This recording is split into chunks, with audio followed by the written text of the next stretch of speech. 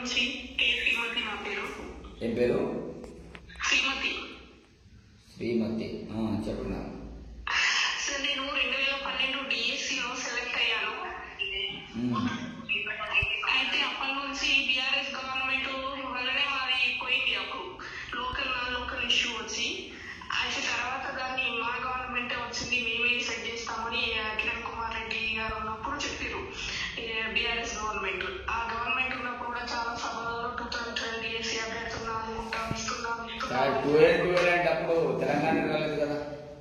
రాలేదు, కానీ వీళ్ళు వెళ్ళి లోకల్ ఇష్యూ మా తెలంగాణ వాళ్ళు చాలా మంది మిస్ అయ్యారు, మొత్తం ఆంధ్ర వాళ్ళే ఉన్నారు, ఈ జియో చేంజ్ అయిందని వీళ్ళు కిరణ్ కుమార్ రెడ్డి గారు ఉన్నప్పుడు లాస్ట్ మినిట్ లో ఇక బైఫర్కేషన్ స్టార్ట్ అయ్యే మూమెంట్ లో ఒక లెటర్ ఇచ్చారు.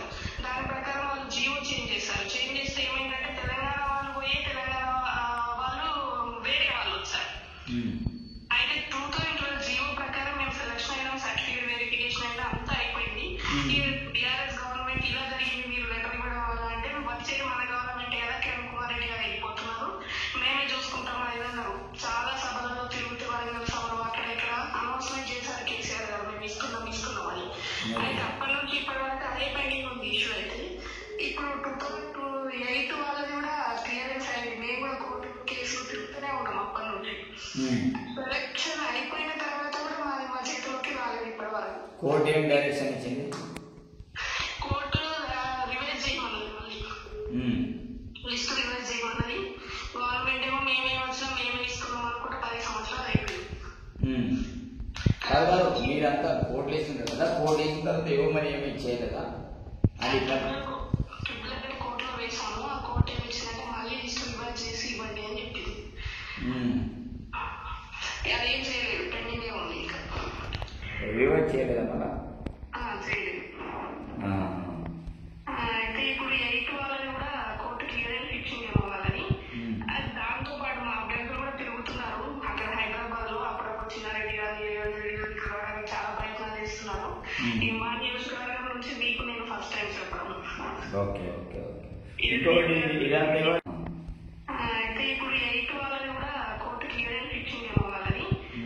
దాంతో పాటు మా అభ్యర్థులు కూడా తిరుగుతున్నారు అక్కడ హైదరాబాద్ లో. అప్పుడప్పుడు చిన్నారెడ్డి గారిని కలవడానికి చాలా ప్రయత్నాలు చేస్తున్నారు. ఈ మా నియోజకవర్గం నుంచి మీకు నేను ఫస్ట్ టైం చెప్పడం. ఇంకోటి ఇలాంటి అంటే చైర్మన్ చూస్తున్నా, దీనికి టీఎస్పీఎస్ చైర్మన్ ఎవరు చూసేది? ప్రజావాణిలో చాలా సార్లు ఇచ్చాము సార్. ఎవరికి కాదు, ప్రజావాణిలో అంటే టీఎస్పీఎస్సీ వాళ్ళు చూస్తున్నారు ఇదంతా. విద్యాశాఖలో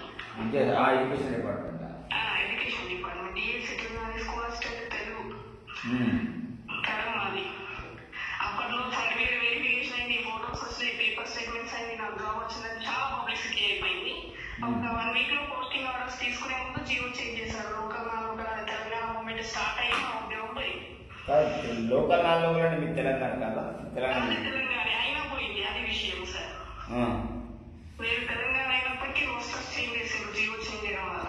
ఈ కోదండరామ్ గారికి పర్ఫెక్ట్ గా తెలుసు సార్. మేమైతే ఎవ్రీ డే కొన్ని ఇయర్స్ ఆయన ఇంటి దగ్గర తిరిగినాము. చాలా మంది మంత్రులు, అక్కడ ఉన్న అధికారులు, ప్రతి ఒక్కరి చుట్టూ హైదరాబాద్ నే కొన్ని నెలలు తెలిసే శిబిరాబాద్ దగ్గర ధర్నాలు చేసి ఆర్థికంగా మానసికంగా బాగా డిప్రెషన్కి వెళ్ళిపోయి కొంచెం గ్యాప్ చేసుకున్నాం. చాలా పెద్ద ఇష్యూ సార్, మన ఒక్కరిది కాదు. మన ఎంతమంది ఉంటారు మీరు? దాదాపు ఒక 300 ఉంటారేమో సార్. 300 లోపే ఉంటారు తెలంగాణ వాళ్ళు. ఏపీ వాళ్ళు కూడా అప్పుడు మనతో ఉండే, మరి బైఫర్కేషన్ తర్వాత వాళ్ళ లిస్ట్ వాళ్ళకి వెళ్ళిపోయింది. మన తెలంగాణ వాళ్ళు మాత్రం ఒక 300 లోపు ఉంటారు, 250 అట్లా ఉండొచ్చు. ఎవ్రీ వీక్ ప్రజావాళ్ళు హైదరాబాద్ లో కలుస్తున్నారు మా వాళ్ళు. మీకు సంబంధించిన డాక్యుమెంట్స్ కూడా నాకు ఇస్తే బాగుంటుంది. ఉన్నాయి సార్, అన్ని డాక్యుమెంట్స్ ఉన్నాయి, నాకు ఇచ్చేసాను. సరే సార్. ఎప్పుడు కావాలంటే ఇక్కడ క్యాంపస్ ఇది కాలంపూర్ ఏమైనా వస్తుంటారు సార్? రేపు కూడా వస్తున్నా. రేపు నేను కరెంట్ ప్రాజెక్ట్ విజిట్కి వస్తున్నది. మార్నింగ్ వాటర్ వదలడానికి వస్తుంది 10 గంటలకు. సరే సార్, అక్కడ ప్రాజెక్ట్ దగ్గరికి వచ్చేది సార్. ఓకే, రేపు తీసుకెళ్తాను. రేపు